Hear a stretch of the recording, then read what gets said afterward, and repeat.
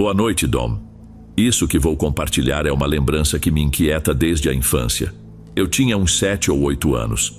Normalmente minha mãe levava meu irmão e eu para pedir doces, mas naquele ano em particular, depois da escola, ela me deixou na casa do meu amigo Luke, onde eu, ele e nosso amigo Jacob iríamos juntos.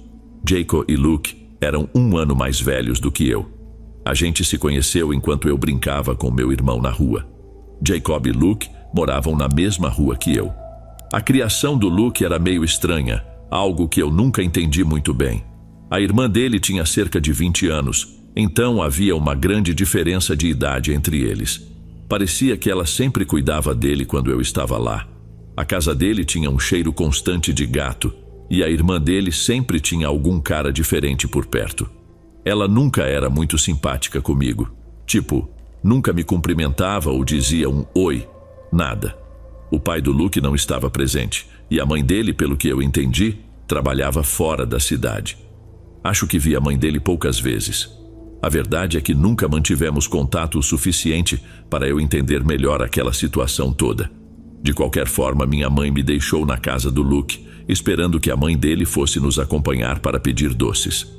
Depois de me despedir, entrei na casa e o Jacob já estava lá. Todos nós levamos sacos grandes de travesseiro para encher com doces. Foi por aí que percebi que nem a mãe nem a irmã do Luke iam nos acompanhar. Eu era novo, então fiquei meio desconfortável sabendo que o Jacob e o Luke iriam guiar a gente, mas ao mesmo tempo me empolguei com a liberdade. Sabia que na verdade minha mãe não ia gostar nada de saber que a gente estava saindo sem nenhum adulto por perto. Então, eventualmente saímos pelo bairro, andando e batendo de porta em porta. Muita gente perguntava se estávamos sozinhos ou onde estavam nossos pais, e o Jacob sempre soltava a mesma mentira. A mãe dele está na frente com a irmã. Funcionava toda vez. Era uma sexta-feira, então começamos a pedir doces só lá pelo final da tarde. Mas como no dia seguinte não tinha aula, a gente planejava continuar até encher completamente os nossos sacos de travesseiro. Depois de algumas horas, fizemos uma pausa e voltamos para a casa do Luke, onde ele preparou um monte de pizzas congeladas. Na época, eu ficava super invejoso da liberdade que ele parecia ter em casa, sem pais que ligassem para o que ele fazia. Mas hoje, olhando para trás, me sinto muito sortudo por ter crescido com pais mais rígidos. Depois de ficarmos na casa dele por cerca de 1 hora, assistindo especiais de Halloween na Nickelodeon, enquanto comíamos pizza e doces, a mãe do Jacob passou para buscá-lo. Mas eu e o Luke ainda queríamos mais. Então decidimos sair de novo para uma segunda rodada de doces. Já estava escuro e devíamos estar por volta de mais tarde na noite. Agora, quase não tinha mais gente pedindo doces.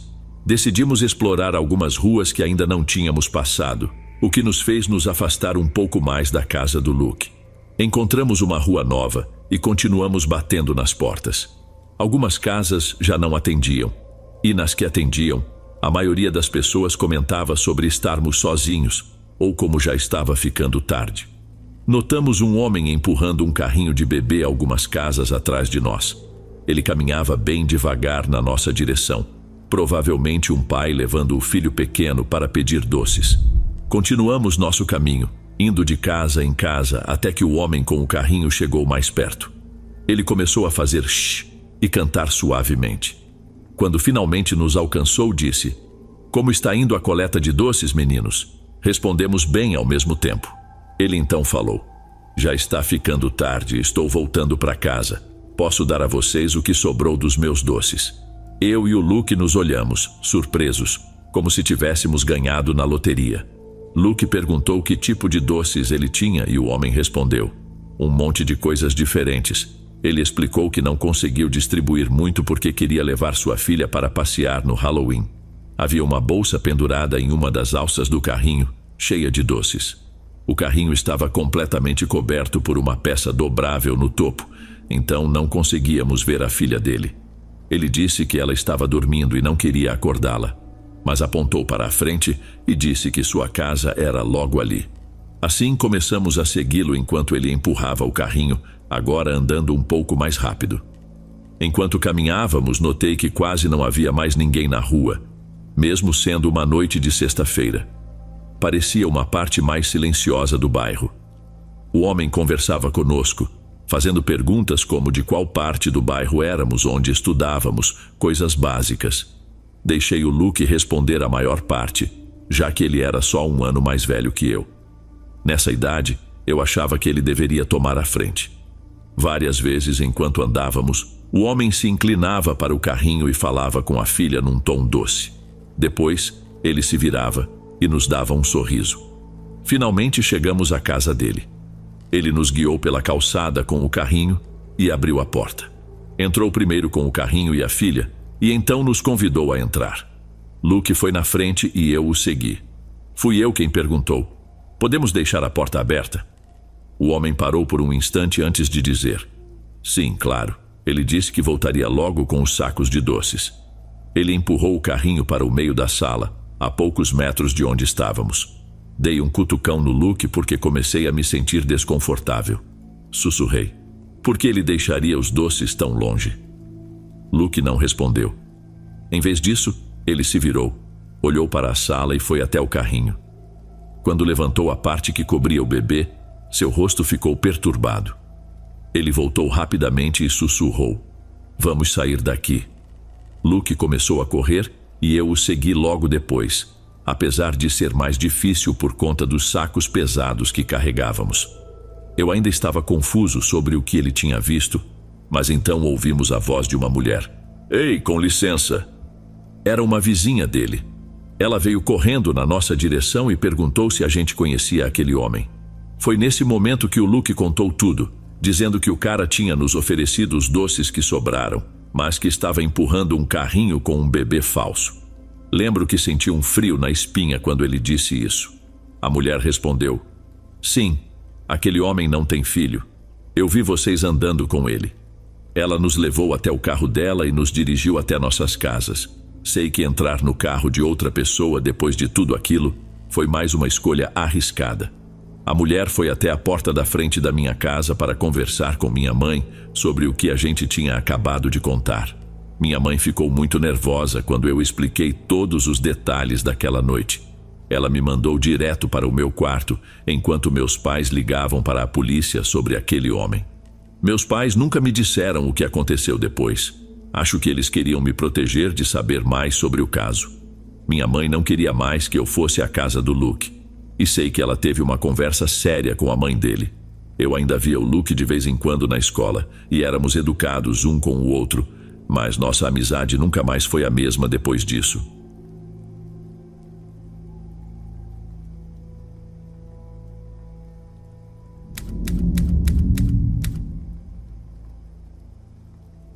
Era uma noite de Halloween, lá em 2016. Meus pais me encarregaram de entregar doces para todas as crianças que passassem por aqui durante o dia. Minha mãe, como sempre, comprou uma montanha de sacos de doces, daqueles que eu já sabia que iam sobrar por semanas e que, inevitavelmente, eu acabaria comendo, apesar de estar tentando perder uns quilos. Sempre falei para ela que exagerava na quantidade de doces. A casa onde moramos fica no final de uma rua sem saída em um cul-de-sac. Normalmente não recebemos muitas crianças por aqui. Mesmo assim, sempre tinha um grupinho fiel que aparecia, sabendo que nossa casa era generosa na distribuição de guloseimas. Naquele ano, o Halloween caiu numa segunda-feira. Eu estava na faculdade e, por sorte, nas segundas e quartas-feiras, eu não tinha aulas naquele semestre. Então, aproveitei a manhã para ir à academia e depois adiantei alguns trabalhos da faculdade. Era sempre por volta das 4 da tarde que o barulho das crianças começava, indicando que a caça aos doces havia começado. Acho que a primeira vez que a campainha tocou foi entre 4 e 5 horas. O dia se desenrolou como o esperado. Não tem muito o que contar sobre entregar doces para crianças e o meu cachorro, Eddie, enlouquecendo cada vez que alguém tocava a campainha. Diria que entre o primeiro toque até as 8 da noite, devo ter atendido umas 10 ou 15 crianças no máximo. Como falei, nosso cul-de-sac não é exatamente o lugar mais prático para passar. Como era uma segunda-feira, as coisas ficaram bem mais tranquilas mais cedo do que de costume. Eu diria que consegui adiantar bastante os deveres de casa, progredi nos meus projetos e depois, Comi um pouco do ensopado que minha mãe tinha deixado antes de ir para o quarto assistir Game of Thrones. Já estava no segundo episódio quando ouvi a campainha tocar de surpresa. Ed começou a latir de novo. Olhei para o relógio. Devia ser por volta das 9:30 da noite. Com certeza isso já estava fora do horário para pedidos de doces. Desci até a porta da frente e a abri. Do outro lado da porta de vidro, vi um homem muito alto vestido de palhaço com uma máscara bem assustadora. Pelo porte físico dava para perceber que era um homem. Ele estava sozinho. Ele acenou e apontou para um saco marrom que segurava, que parecia estar praticamente vazio. Não abri a porta de vidro, só falei através dela. Desculpa, mas não temos mais doces. Fechei a porta de imediato. Tranquei na mesma hora.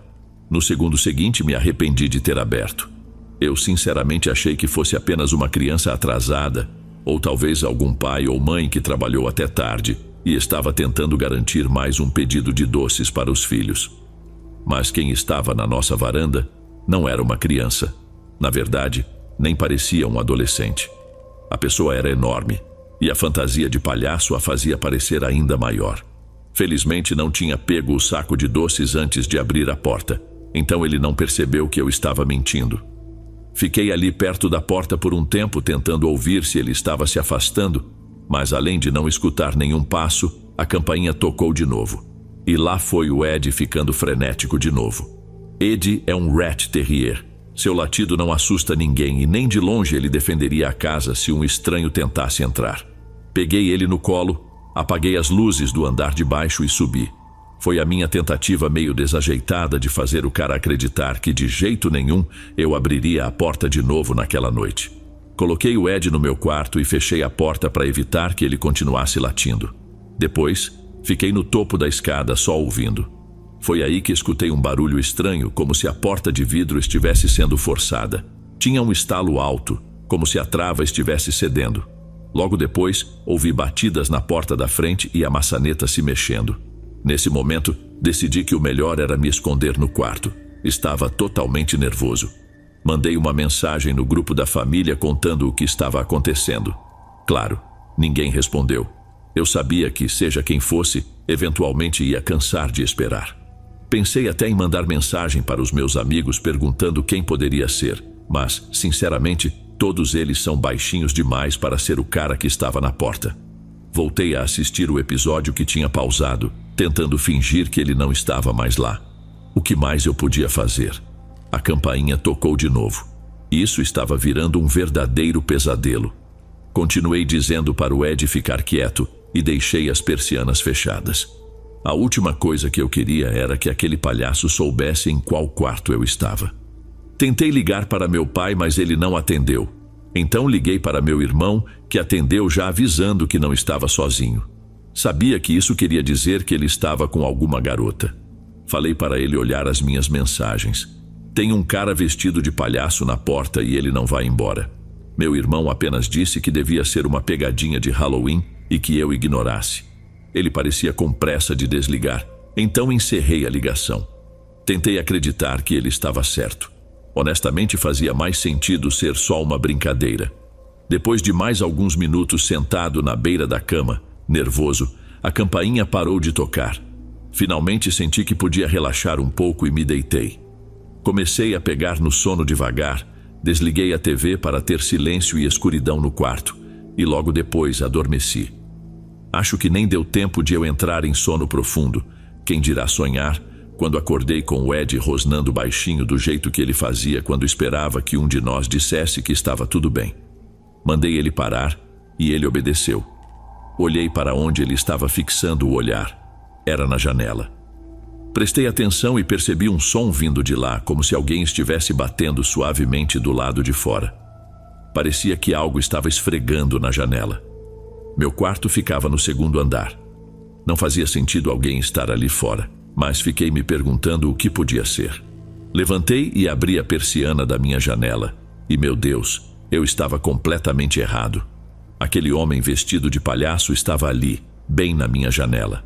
Tudo o que eu via era aquela máscara horrível do outro lado do vidro. Ele inclinou a cabeça e me olhou fixamente. Gritei com toda a força que eu tinha. Ed nem latiu. Ou talvez eu simplesmente tenha bloqueado tudo à minha volta. Corri com o telefone na mão para fora do quarto e fui direto para o quarto dos meus pais. Tranquei a porta e disquei 911. Eu estava tão em choque que nem conseguia chorar, só tremia. Minha voz estava trêmula enquanto eu falava com a atendente. Acho que perguntei a ela de 20 em 20 segundos se a polícia estava chegando rápido. E a resposta era sempre a mesma. Eles estão indo o mais rápido que podem. A polícia chegou em cerca de 10 minutos. Eles deram uma olhada ao redor da casa para ver se havia sinais de arrombamento. Tudo o que encontraram foi que a trava da porta de vidro da frente estava quebrada, como eu já suspeitava. Ao lado da minha janela, encostada na parede, estava a escada do meu pai. Aquele homem tinha ido até o galpão de ferramentas, achado a escada e usado para subir até a minha janela. Para evitar que a situação ficasse ainda pior, acabei indo dormir na casa do meu amigo Adam. Até hoje não faço ideia se aquilo foi uma brincadeira de péssimo gosto feita de propósito no Halloween, ou se eu estava prestes a ser vítima de algo muito mais horrível, com a conveniência de ser Halloween.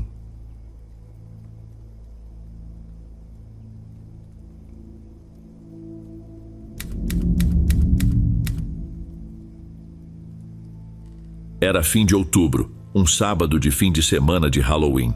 Acho que aquele ano o Halloween caiu numa terça-feira, então a grande festa acabou rolando no sábado anterior. Eu e meus amigos ainda estávamos na busca por algo de última hora, já que tudo parecia lotado. Nosso plano ideal era achar alguma festa em uma casa. Todos nós estávamos com fantasias hilárias e queríamos realmente aproveitá-las ao máximo. Minha amiga Isabela decidiu postar algo nas histórias do Instagram e do Snapchat, perguntando sobre festas naquela noite. Confesso que não era algo que eu faria. Acharia um pouco sem noção e até meio constrangedor, mas fiquei feliz que ela tivesse coragem. Para minha surpresa, pouco tempo depois, ela mandou uma mensagem no nosso grupo dizendo que alguém tinha respondido. Ela enviou um print com os detalhes.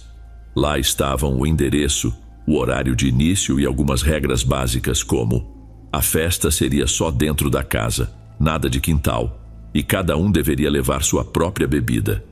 Também tinha uma regra de levar pelo menos uma garota para cada cara. O cara que passou as informações para a Isabela era um conhecido nosso, da nossa idade, que circulava no mesmo grupo de amigos. Pelo visto, muita gente que a gente conhecia ia estar lá também. A festa era numa cidade vizinha, super perto. Então, nós 4 decidimos ir para a casa da Luna, que estava com o lugar livre. Ficamos lá fazendo um esquenta por mais ou menos 1 hora, enquanto terminávamos de nos arrumar. Esperamos até que nossos amigos confirmassem presença, e assim que eles confirmaram, decidimos partir. Pedimos um Uber. Cada uma de nós levou suas próprias bebidas, que variavam de Four Locos a White Claws e algumas doses de vodka. Aposto que o motorista já estava de saco cheio da gente até o fim da corrida. Quando chegamos à casa, vimos um monte de carros estacionados por toda parte. A casa era bem grande, com um jardim frontal enorme. Nós éramos 4 garotas entrando, então, com certeza, quem quer que fosse o anfitrião da festa ia nos receber de braços abertos. Não ouvimos música até chegarmos bem perto da porta. Aí sim, começou a batida do grave. Quando abri a porta, o primeiro ambiente em que entramos era uma mistura de sala de estar com cozinha. A casa estava com uma iluminação super fraca, com várias luzes laranja penduradas, criando aquele clima típico de festa de Halloween. O lugar estava cheio de gente, mas, sinceramente, não conhecíamos ninguém. A Isabela mandou uma mensagem para os caras que conhecíamos para ver se já tinham chegado. Enquanto isso, um homem mais velho apareceu para nos cumprimentar. Ele perguntou nossos nomes e se apresentou como Evan, o pai do Kevin. Pelo jeito, o Kevin era o dono da festa. Perguntei quem era esse tal de Kevin e onde ele estudava. E o pai dele disse: "Ah, ele está por aí em algum lugar. Você pode perguntar quando o encontrar." Depois, ele perguntou se queríamos colocar nossas bebidas no cooler. Ele nos levou até a cozinha, onde tinham 3 coolers grandes cheios de gelo, cada um já com várias bebidas dentro. Aí deixamos algumas das nossas latas lá. O tal Evan parecia ter seus 50 e poucos anos, o que fazia sentido. já que o filho dele estava dando a festa. Mas, ao mesmo tempo, era meio esquisito ver o quanto ele estava tão acolhedor e envolvido numa festa tão grande dentro da própria casa. Ele andava de um lado para o outro conversando com todo mundo. Bem, na maioria das vezes com as garotas. Parecia até que ele estava um pouco bêbado. Nós 4 começamos a jogar beer pong numa das mesas e logo uns caras vieram conversar com a gente, então acabamos jogando contra eles. Foi aí que a Isabela avisou que nossos amigos estavam a caminho, o que me deixou aliviada. De repente, o Evan começou a gritar meu nome e o da Isabela lá do balcão da cozinha, chamando "Shots!". Nossas outras 2 amigas, Luna e Olivia, pareceram meio incomodadas. Então eu perguntei: "A gente pode todas tomar?" E ele gritou: "Claro que sim!". Então fomos até o balcão com ele e todas tomamos uma dose de tequila. Eu engasguei, porque não tinha nenhum limãozinho. A essa altura, eu já estava começando a ficar bêbada. Era bizarro como o pai do anfitrião estava tentando tanto animar aquela festa. Ele tinha uma vibe estranhamente acolhedora, mas também um tanto desconcertante. O lado desconcertante era o fato de ele ser bem mais velho do que o pessoal ali, que estava mais na faixa universitária, e ficar empurrando bebidas para a galera. Aí ele perguntou qual era o nosso veneno. Eu não disse nada até ouvir as meninas mencionarem as bebidas favoritas delas. E aí o Evan começou a preparar uma porção de drinks misturados. Enquanto isso, voltamos para a mesa de beer pong, onde os caras com quem estávamos jogando ainda estavam esperando. Aproveitei para conectar meu celular numa tomada ali perto, já que a bateria estava por volta de 50%. Depois disso, voltei para o jogo. No meio da partida, o Evan apareceu com 2 drinks para mim e para a Isabela. E depois, trouxe mais 2 para a Luna e a Olivia. Todos estavam naqueles copos vermelhos de plástico. Ele me fez uma vodka com soda. Eu tomava uns goles durante o jogo sempre que dava. Estava bebendo devagar porque já estava meio alta. Depois que perdemos para os caras, fui pegar meu celular e percebi que ele não tinha carregado nada. Ainda estava no mesmo percentual de bateria. A tomada não estava funcionando. Não me senti à vontade em deixar o celular em outra tomada, então decidi economizar a bateria. Nossos amigos finalmente chegaram, e foi a partir daí que tudo começou a virar um borrão.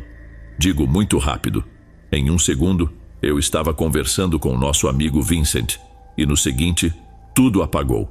A próxima coisa que lembro é de ser acordada pelas minhas amigas dentro do carro, já na frente da minha casa.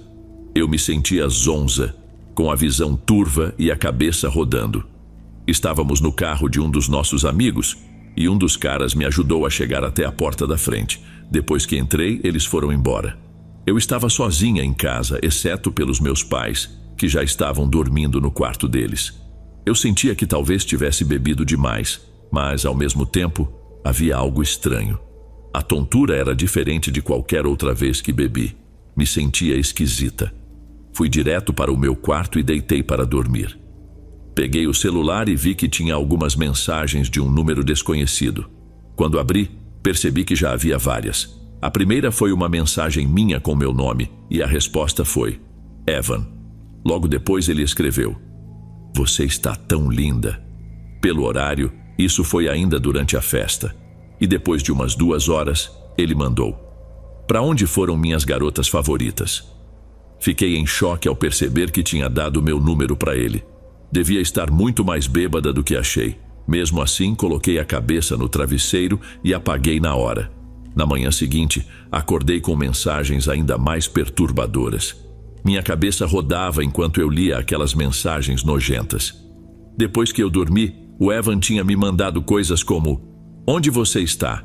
Estou indo para sua casa. Você deixou algo aqui." E depois: "Estou aqui. Pode vir até a porta?" Logo seguido de: "Oi, você está acordada?" Ele ainda tentou me ligar 3 vezes. Tudo isso por volta das 2 da manhã. Enviei o print das mensagens para minhas amigas e foi aí que elas me lembraram do que realmente tinha acontecido. O Evan estava em cima de mim enquanto eu ficava cada vez mais apática, quase como um zumbi. Minhas amigas começaram a ficar preocupadas, então me puxaram de lado e saímos da festa. No momento em que estávamos saindo, 2 carros de polícia apareceram na frente da casa. provavelmente por causa de alguma reclamação de barulho. Enquanto saíamos, todo mundo percebeu que não tinha nenhum móvel na casa. Era só um grande espaço vazio, cheio de gente e mesas de beer pong. Um dos nossos amigos conseguiu rastrear o número de algum jeito e me disse que era um número VoIP, algo que eu não entendi na hora. Então ele explicou que era basicamente um número falso que o Evan usou para me mandar as mensagens. Ele também falou que com o meu número, Evan poderia facilmente descobrir meu endereço. Aquilo me deu um enjoo ainda pior. Perguntei se alguém já tinha conhecido o tal filho que ele mencionou, e todos disseram que não. Começamos a desconfiar que esse filho nem existia. Foi quando a Luna sugeriu que ele poderia ter colocado alguma coisa na minha bebida, e tudo começou a fazer sentido. Nunca tinha me sentido daquele jeito antes. Decidimos levar isso à polícia. Fomos todos até a delegacia mais próxima e relatamos tudo, inclusive as mensagens. O policial na recepção perguntou se isso tinha a ver com a festa na casa vazia da noite anterior. Ficamos confusos no começo quando ele mencionou casa vazia, até que ele explicou que tinha recebido uma denúncia de vizinhos sobre uma festa acontecendo em uma casa que estava desocupada há algum tempo. Todos nos entreolhamos de boca aberta. Logo depois nos levaram para um escritório, onde acho que era um detetive quem nos atendeu, e contamos tudo em detalhes. Ele pegou o número falso e disse que tentariam rastrear assim que conseguissem um mandado. Demos à polícia tudo o que podíamos e depois seguimos nosso caminho. Eu bloqueei o número. Sinceramente, fiquei mal com isso por um bom tempo. À medida que os dias foram passando e nada acontecia, comecei a achar que tudo tinha acabado, mas nenhum de nós recebeu notícias da polícia. Nunca ouvimos falar de nenhuma prisão ou qualquer novidade. Pensar que aquele homem fez todo o esforço de anunciar uma festa numa casa vazia só para ter acesso a jovens, colocar algo na minha bebida e possivelmente na de outras garotas, e ainda mentir sobre ter um filho. Isso tudo só prova o quanto ele era perigoso. E o fato de não termos sido chamados para reconhecer alguém me dá calafrios, pensando que ele pode ainda estar por aí. Isso já faz um mês. Vou atualizar se algo mudar e estou cruzando os dedos para que mudem.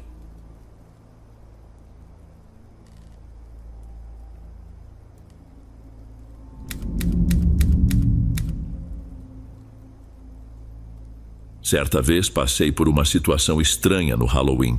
Meu primo veio passar a data comigo naquele ano só para a gente sair pedindo doces. Eu estava com 15 anos na época e, embora possa parecer meio grandinho para isso, vamos combinar, quem não gosta de doce de graça? O Victor, meu primo, também tinha 15 e nosso plano era simples: ter uma noite tranquila, visitar algumas casas e garantir uma boa quantidade de doces antes de voltarmos para casa. Meu amigo e o irmão mais novo dele se juntaram a nós, mas em certo ponto seguimos caminhos diferentes.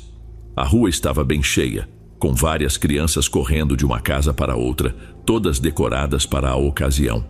Victor e eu resolvemos bater nas portas das casas que tinham luzes acesas, mas onde não havia crianças por perto.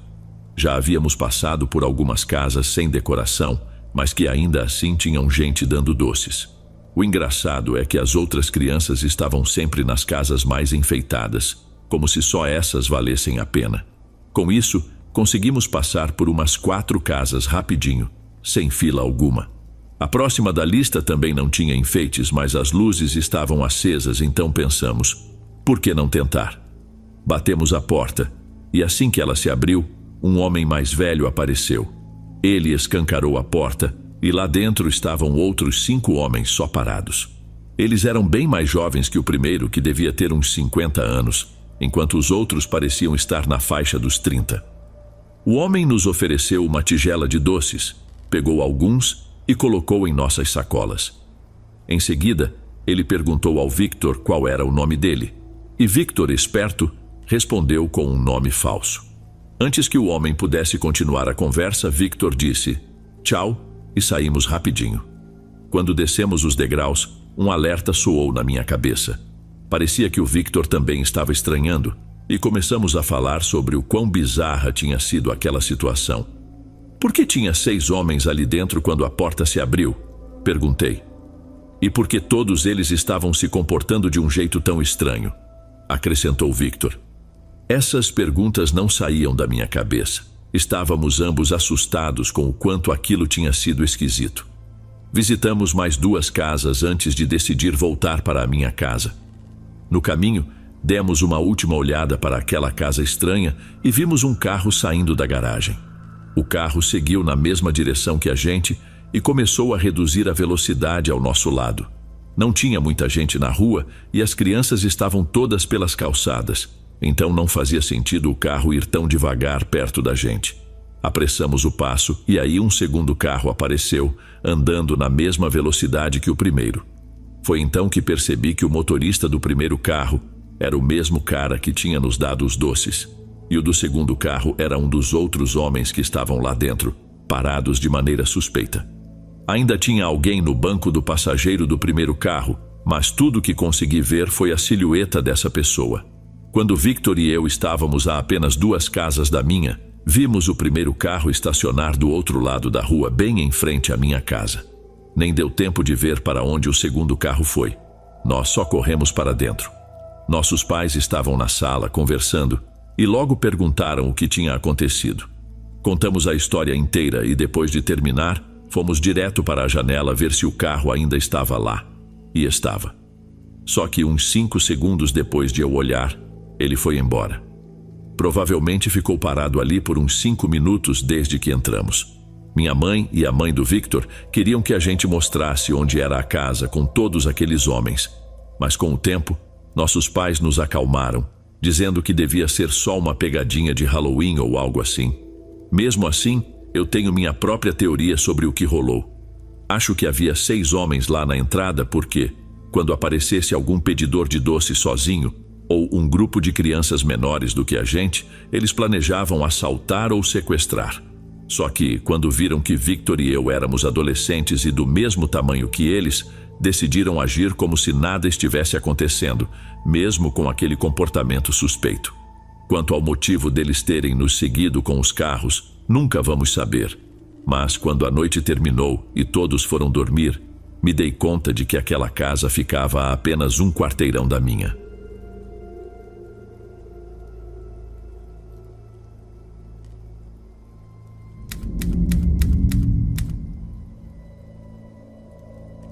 Isso aconteceu há muitos anos. Eu e meu velho amigo Pedro estávamos nos arrumando com nossas fantasias para sair pedindo doces. Começamos a visitar as casas do bairro, como numa noite normal de Halloween. Chegamos à parte mais antiga da nossa vizinhança, aquela que nossos pais sempre nos alertavam para evitar, já que éramos apenas 2 crianças de 12 anos e não conhecíamos muito bem o lugar. Fomos até a primeira casa dali e uma senhora bem simpática nos atendeu, nos dando barras enormes de chocolate Hershey.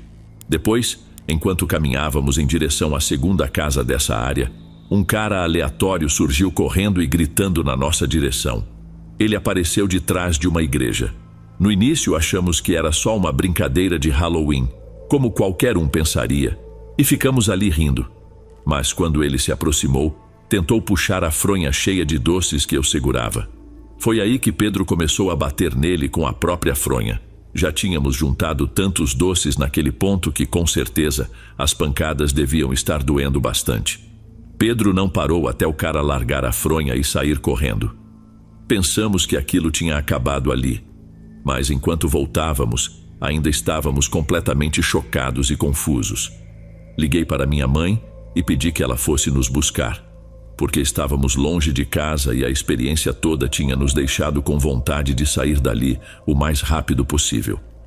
Quando ela chegou para nos pegar, contamos tudo o que aconteceu e ela quase não acreditou, de tão absurdo que parecia. Chegamos em casa por volta das 10 da noite e logo em seguida ouvimos uma batida na porta da frente.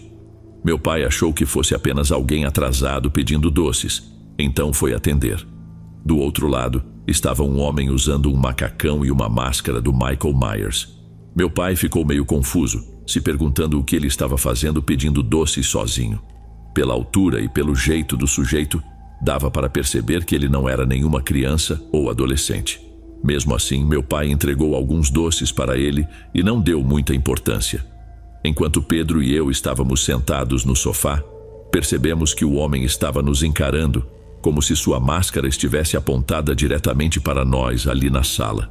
Aquilo me deixou um pouco desconfortável e fiquei torcendo para que ele apenas fosse embora.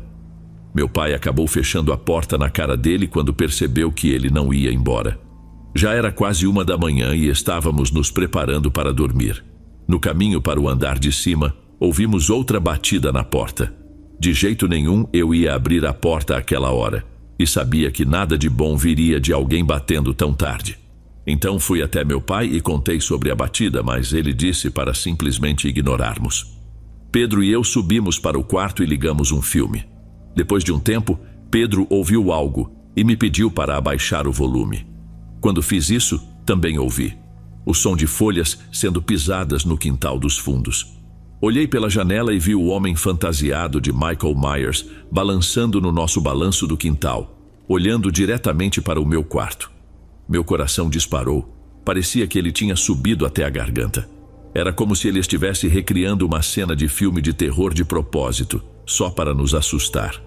Corri até o quarto do meu pai e disse a ele que o homem fantasiado estava no nosso balanço. A expressão de choque e preocupação no rosto dele era igual à nossa. Ele olhou pela janela, mas o homem já tinha sumido. Bem quando estávamos olhando, ouvimos outra batida, dessa vez na porta dos fundos. Meu pai foi até lá, mas não havia ninguém. Aquele homem estava claramente brincando com a gente, tentando nos assustar. Tinha que ser uma pegadinha de Halloween. Agora, até meu pai parecia preocupado. De repente, ouvimos minha mãe gritar no quarto ao lado. Pedro, meu pai e eu subimos correndo e lá estava o homem fantasiado de Michael Myers, parado ao pé da cama encarando minha mãe. Meu pai mandou Pedro e eu corrermos para chamar a polícia. Descemos voando as escadas e pegamos o telefone mais próximo. Liguei para o 190 e expliquei que um homem vestido como Michael Myers tinha invadido nossa casa. A atendente perguntou se todos estavam bem. Respondi que ele estava no andar de cima e meu pai estava com ele, mas que precisávamos de ajuda urgente. Ela pediu para eu ficar na linha, dizendo que a polícia já estava a caminho. Logo depois ouvimos do andar de cima o som do meu pai gritando, seguido pelo barulho da janela deslizante sendo aberta. Subimos correndo e encontramos meus pais no chão. Minha mãe estava chorando e o nariz do meu pai sangrava. Ele disse que o homem havia pulado pela janela.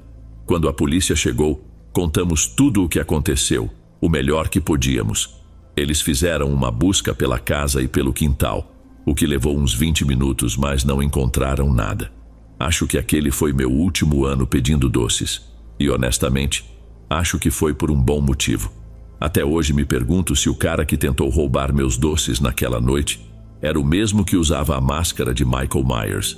E me arrependo muito de não ter contado essa parte para a polícia.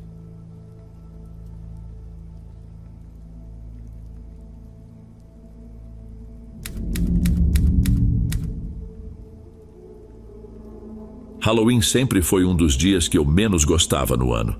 Eu nunca tive muitos amigos no colégio ou na escola, então nunca tinha nada planejado para esse dia.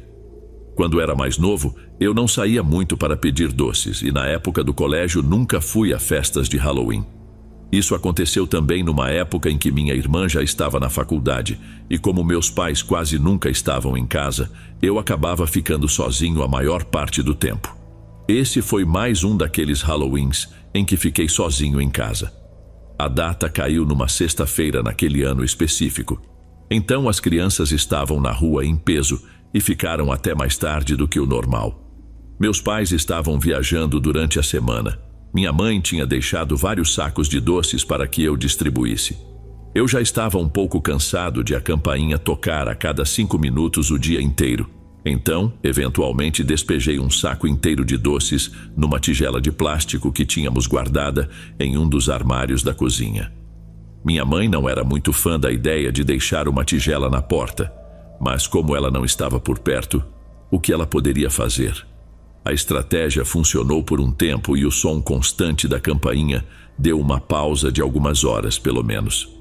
E quando os doces acabavam, eu reabastecia a tigela. No fim, Não esperava mais ninguém tocando a campainha pelo resto da noite, porque mesmo com a tigela vazia, achei que as pessoas iam entender o recado e não iam incomodar tocando numa casa sem doces. Então, quando a campainha tocou de novo, além de surpreso, senti uma pontinha de irritação.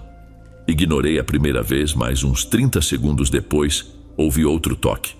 Dessa vez, me levantei do computador, pausei o jogo que estava jogando e desci para ver quem estava na porta. Ao abrir, vi 2 caras usando aquelas máscaras brancas do V de Vingança, segurando sacolinhas de plástico quase vazias de doces. Nenhum dos 2 disse doces ou travessuras. Só ficaram parados de um jeito meio ameaçador e levantaram as sacolas como se esperassem mais. Eu disse: espera aí, vou pegar mais doces. Para ser honesto, fiquei meio intimidado. Fui até a cozinha, peguei o saco de Reese's e coloquei alguns nas sacolas deles. Quando estava colocando os doces, um deles, não sei qual, me perguntou com uma voz estranhamente monótona: você está sozinho em casa? Eu disse que não, mas saiu meio gaguejado porque a pergunta me deu um susto. Falei que meus pais estavam lá, desejei boa noite e fechei a porta. Fiquei parado ali perto da porta, tentando ouvir se eles iam descer os degraus. Depois de um tempo, finalmente escutei os passos se afastando e senti um alívio começando a voltar para o meu quarto. Mas aquela pergunta: você está sozinho em casa? Logramos martelando na minha cabeça. Não consegui mais me concentrar no jogo depois disso. Foi aí que percebi por que eles teriam feito essa pergunta. Não havia nenhum carro na entrada ou estacionado na rua, mas as luzes estavam acesas. Então, quando eu, com meus 14 anos na época, abri a porta, devo ter parecido o alvo mais fácil do mundo. Minha paranoia não era à toa, porque enquanto eu tentava voltar ao meu jogo, ouvi um barulho alto vindo da janela. Eu estava no 2º andar, então claramente alguém havia jogado algo contra ela. Meu coração começou a disparar. Desliguei a tela do computador e o abajur para deixar o quarto completamente escuro. Quando olhei pela janela, não consegui ver nada por causa da escuridão lá fora. Mas então outro objeto foi arremessado, batendo na janela bem na minha frente. Esse me assustou ainda mais, parecia uma pedra. Na hora, a sensação de perigo ficou muito mais forte. Me abaixei perto da janela e saí do quarto. Naquele tempo, eu não tinha celular, só um iPod Touch. Então tive que ir até o telefone da cozinha. Fui descendo as escadas de mansinho para que ninguém me visse pelas janelas. Cheguei ao telefone e disquei 190. Mas acho que eles perceberam até a luzinha do telefone, porque logo depois ouvi uma batida violenta numa das janelas da cozinha. Naquele momento eu já estava no telefone com a polícia, implorando por ajuda, enquanto tentava rastejar para fora da cozinha, indo em direção à porta dos fundos. Quando cheguei lá, comecei a gritar ao ver um dos caras com a máscara de V de Vingança tentando abrir a porta dos fundos. Eu gritava pedindo ajuda no telefone, e quase ao mesmo tempo, ouvi uma voz familiar chamando do outro lado da porta da frente. Era o nosso vizinho Félix. Corri para atender a porta e ele entrou, claramente feliz por me ver bem. Ele pegou o telefone de mim e falou com a polícia por mim. Ele viu os 2 homens mascarados entrarem no meu quintal pela janela da cozinha e os viu jogando vários objetos nas janelas da casa. Quando qualquer policial chegou à casa, aqueles 2 homens mascarados claramente sabiam que era melhor não terem ficado por perto. Felix me convidou para dormir na casa dele naquela noite apenas para ficar seguro. Ele era bom amigo do meu pai antes de nos mudarmos, então ele realmente não se importou em me ajudar. Ter boas relações com seus vizinhos pode simplesmente salvar sua vida um dia. Você nunca sabe. O que eu sei é que essa experiência me fez odiar ainda mais o Halloween.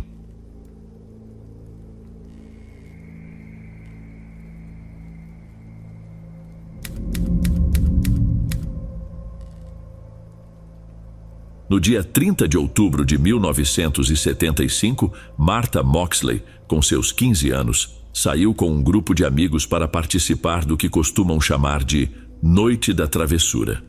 Também conhecida como Noite do Diabo, essa é a véspera do Halloween, quando jovens pelo mundo se envolvem em todo tipo de brincadeira, algumas vezes até em pequenos atos de vandalismo.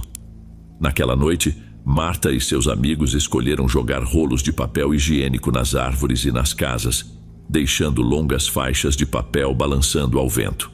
Para completar a travessura, eles tocavam as campainhas das casas e saíam correndo, como se quisessem avisar os moradores sobre a bagunça que tinham feito. Era uma diversão inofensiva, ainda que um tanto incômoda.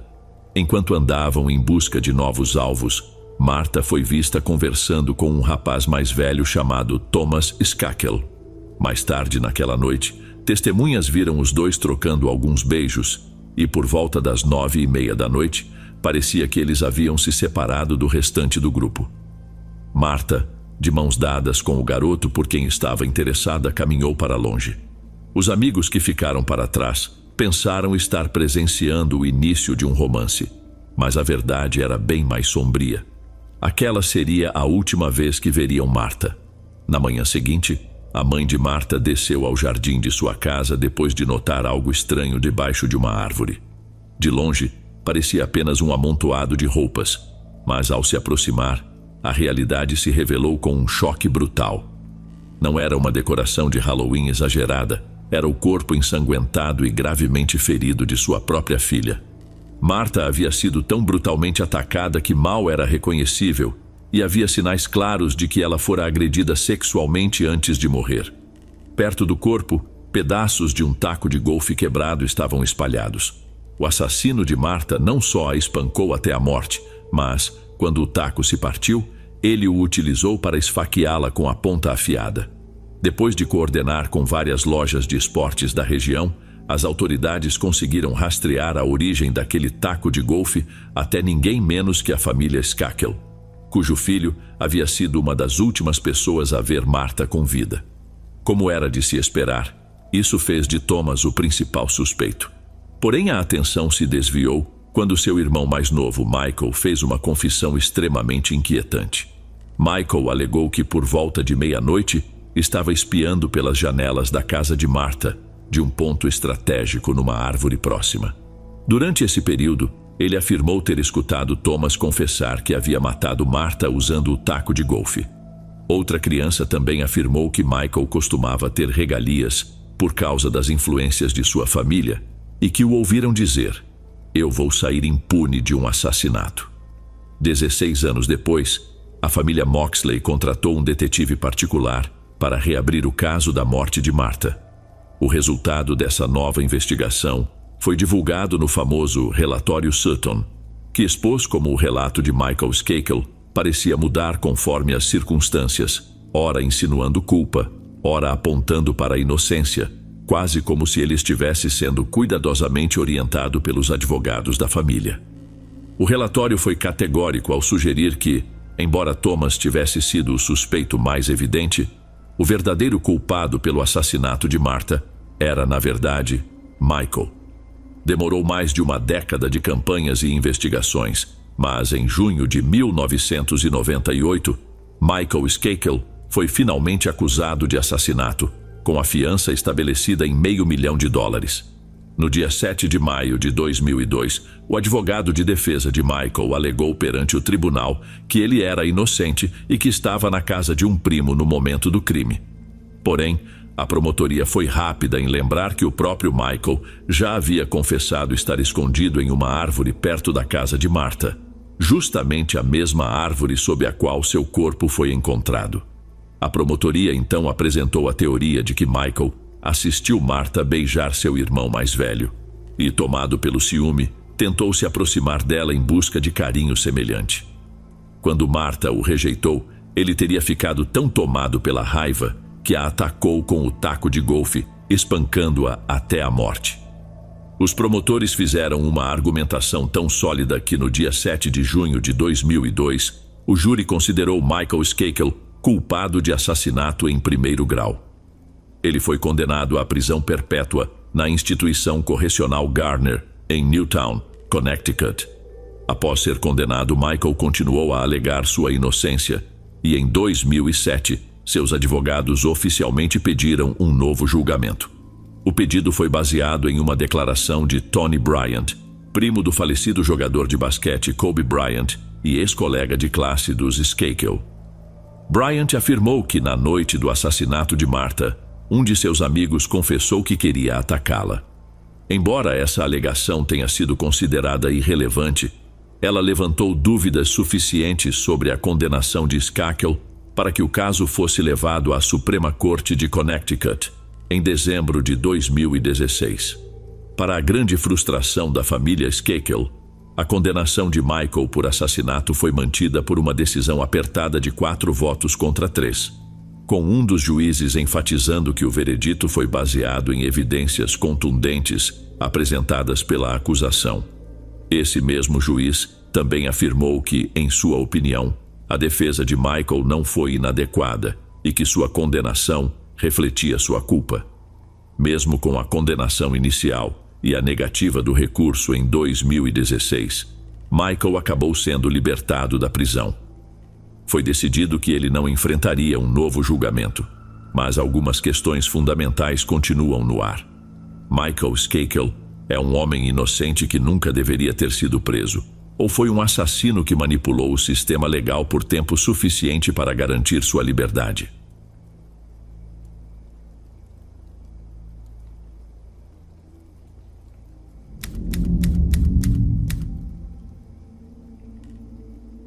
Teresa Lynn Vargas nasceu em 9 de agosto de 1990 e morava em Dickinson, no Texas, com sua grande e carinhosa família. Ela era muito próxima de suas 2 irmãs mais velhas, mas tinha um vínculo especialmente forte com sua avó, cujo lar era um refúgio para Teresa nos momentos em que a vida em casa ficava muito tumultuada. Na escola, Teresa era uma aluna dedicada e tinha uma vida social bem ativa. Então não era raro que chegasse tarde em casa, mesmo em dias de aula. O Halloween de 2006 não foi diferente. Ela disse aos pais que iria a uma festa à fantasia com amigos da escola, mas essa era apenas uma desculpa. Na verdade, ela planejava encontrar um rapaz de 19 anos, com quem vinha conversando online e que estava indo até lá para vê-la. Teresa provavelmente estava animada com a ideia de finalmente conhecer o jovem pessoalmente, já que eles vinham trocando mensagens há algum tempo. Mal sabia ela que aquela noite seria a última de sua vida. Alguns dias depois, o corpo de Teresa foi encontrado por um motociclista em uma cova rasa, a apenas 200 metros da escola onde ela estudava. Quando os detetives começaram a investigar o assassinato, o primeiro passo foi analisar os registros de seu celular. Aparentemente, Teresa havia ligado para o rapaz com quem se encontraria naquela noite, e uma mensagem de texto indicava que ela estava com dificuldades para encontrar o lugar combinado. Isso o colocou imediatamente como principal suspeito, mas a análise forense revelou que ele não estava envolvido no crime. Não havia qualquer vestígio do DNA dele no corpo de Teresa. As autoridades conseguiram rastrear Teresa em uma festa na Avenida Califórnia, mais ou menos às 11 da noite. No entanto, parece que ela foi para outra festa na Bramble Lane, em Dickinson, onde foi vista pouco depois da meia-noite na companhia de um homem descrito como mais velho que ela. Não está claro quem ele era, mas sabemos que ele foi uma das últimas pessoas a ver Teresa viva. A incapacidade das autoridades de capturá-lo reflete as frustrações e falhas desse caso. Embora muitos detalhes sobre sua morte não tenham sido revelados, a polícia deixou claro que havia forte suspeita de assassinato. Mais tarde, soube-se que Teresa foi brutalmente espancada e seu funeral foi realizado com caixão fechado devido aos danos causados pela água, já que seu corpo foi jogado em uma vala de drenagem. Algumas pessoas afirmaram que as marcas de estrangulamento eram das piores que já tinham visto, e quando o corpo foi encontrado, um cinto ainda estava amarrado firmemente em seu pescoço. Também foi descoberto que o cabelo de Teresa havia sido cortado, o que pode sugerir uma motivação pessoal, ou pelo menos que o assassino era perturbado o suficiente para levar o cabelo como um tipo de troféu. Depois que as autoridades locais pediram que possíveis testemunhas se apresentassem, várias pessoas relataram ter visto um homem caucasiano, com cabelo escuro e comprido, agindo de maneira suspeita perto da escola na noite do Halloween. Durante as buscas, um grupo voluntário encontrou um par de óculos e um prendedor de cabelo, não muito longe da vala de drenagem, ambos pertencentes a Teresa. Esses itens sugerem que ela tentou resistir antes de ser dominada por seu agressor. Embora o DNA do assassino tenha sido recuperado do corpo de Teresa, quase 15 anos depois, ele ainda não foi utilizado para identificar um suspeito. Vale também destacar que mais de 45 pessoas foram entrevistadas ao longo da investigação, mas ninguém foi oficialmente acusado pelo assassinato de Teresa. Em 1º de novembro de 2016, quase exatamente 10 anos após o crime, o Departamento de Polícia de Dickinson publicou uma declaração sobre a morte de Teresa. Houve desenvolvimentos significativos nos últimos 10 anos, dizia a postagem, mas os investigadores ainda estão à procura de mais informações para dar à família de Teresa o encerramento que eles merecem. O uso da expressão desenvolvimentos significativos chama a atenção, mas não ficou claro o que exatamente seriam esses avanços. No entanto, alguns sugeriram que o caso de Teresa poderia estar ligado a uma série de outros assassinatos que aconteceram em uma área sinistramente chamada de Campos da Morte do Texas. 9 meses após a morte de Teresa, o corpo de Bridget Guerin foi encontrado em Crystal Beach. Crystal Beach fica a uma distância relativamente curta de Dickinson e é facilmente acessível pela ilha de Galveston. Além disso, a cena do crime tinha uma semelhança perturbadora com a de Teresa. Bridget também foi espancada, estrangulada e sofreu abuso, sendo encontrada sem roupas da cintura para baixo, perto de um corpo de água. Apesar de as autoridades não terem estabelecido uma conexão oficial entre os dois casos, é plausível imaginar que as semelhanças nos crimes possam indicar que foram cometidos pela mesma pessoa, considerando as datas próximas e a proximidade geográfica dos chamados Campos da Morte. Os Campos da Morte do Texas abrangem um trecho de 50 milhas ao longo da Interestadual 45, entre Houston e Galveston. O local ganhou notoriedade após a descoberta de 4 corpos perto dos campos petrolíferos de Calder, que ficam a apenas algumas milhas de onde o corpo de Teresa foi encontrado. Desde os anos 70, quase 30 mulheres desapareceram naquela região, um local que muitos descrevem como o cemitério de serial killers. Por conta do isolamento da área, alguns acreditam que vários assassinos atuaram por ali ao longo dos anos, embora apenas alguns poucos crimes tenham sido oficialmente conectados.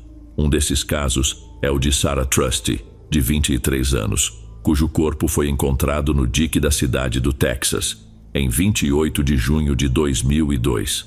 Sarah foi assassinada 4 anos antes de Teresa, mas o dique fica a uma curta distância da escola de Dickinson. É bem possível que o assassino dessas garotas seja a mesma pessoa que tirou a vida de Teresa, mas devido à falta de tempo e evidências limitadas, há poucas chances de que esse criminoso seja levado à justiça algum dia. Talvez esse homem ainda viva na região de Dickinson, apenas esperando a oportunidade de fazer mais uma vítima.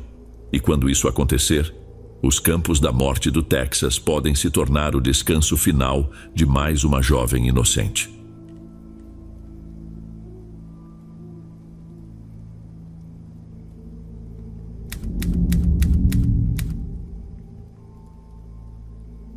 Na manhã de Halloween de 1981, enquanto o sol despontava sobre o convento de São Francisco em Amarillo, Texas, a irmã Helena Mendes, com 76 anos, dormia tranquilamente em seu pequeno e simples quarto.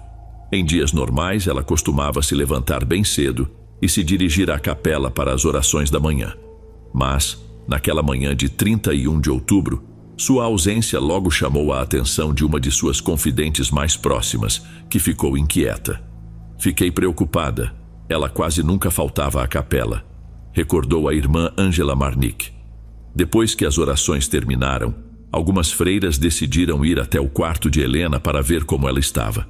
Ao chegarem, notaram que a porta estava fechada, algo bastante fora do comum, já que a irmã Helena, por ser surda, sempre deixava a porta entreaberta para escutar o alarme. Quando finalmente abriram a porta, as freiras não estavam preparadas para a cena que encontraram.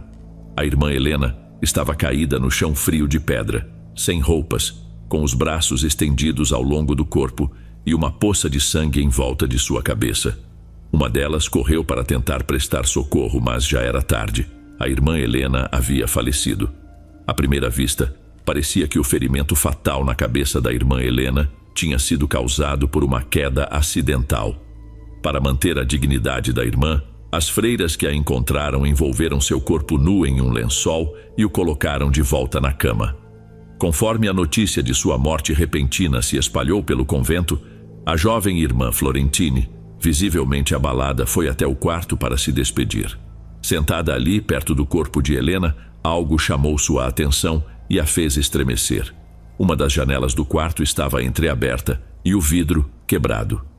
Foi então que a irmã Florentine se deu conta de que alguém poderia ter invadido o quarto de Helena, o que indicava que sua morte talvez não tivesse sido um acidente, como todos pensaram no início.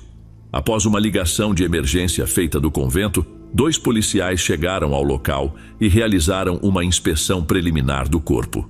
E foi nessa inspeção que os primeiros indícios de homicídio começaram a surgir.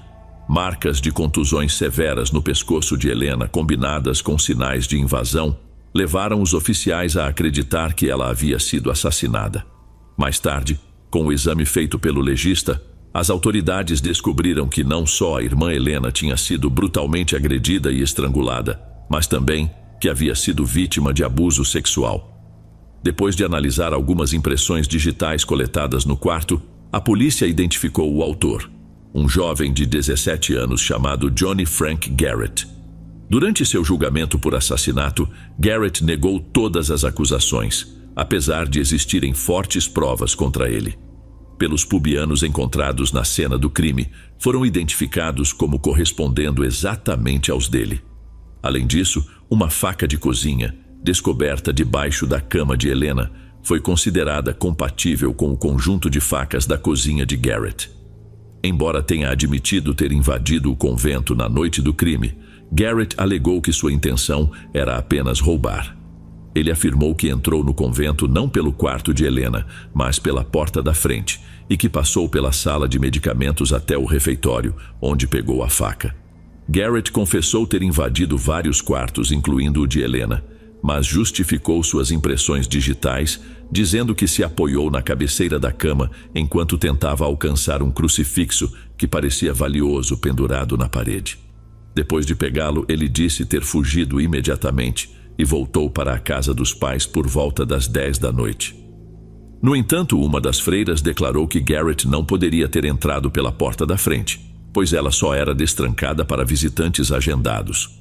Outra freira também contestou a alegação de que Garrett havia roubado um crucifixo caro, já que Helena havia feito um voto de pobreza e não possuía bens luxuosos.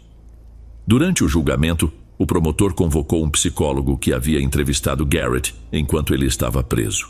O especialista descreveu Garrett como sendo gravemente mentalmente incapaz, afirmando que ele era cronicamente psicótico. O psicólogo também ressaltou que Garrett tinha um dos históricos mais violentos de abuso e negligência, que já havia encontrado em quase 3 décadas de prática. O tribunal ficou sabendo que, quando Garrett ainda era uma criança, ele foi vítima de abusos terríveis cometidos por seu padrasto.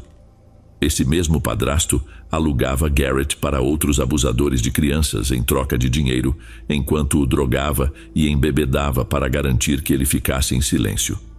Embora essa história fosse profundamente triste, o passado de Garrett acabou sendo usado para reforçar a ideia de que ele era um jovem violento e instável. Combinado com as abundantes evidências físicas, o júri o considerou culpado de assassinato em primeiro grau, condenando-o à morte em setembro de 1982.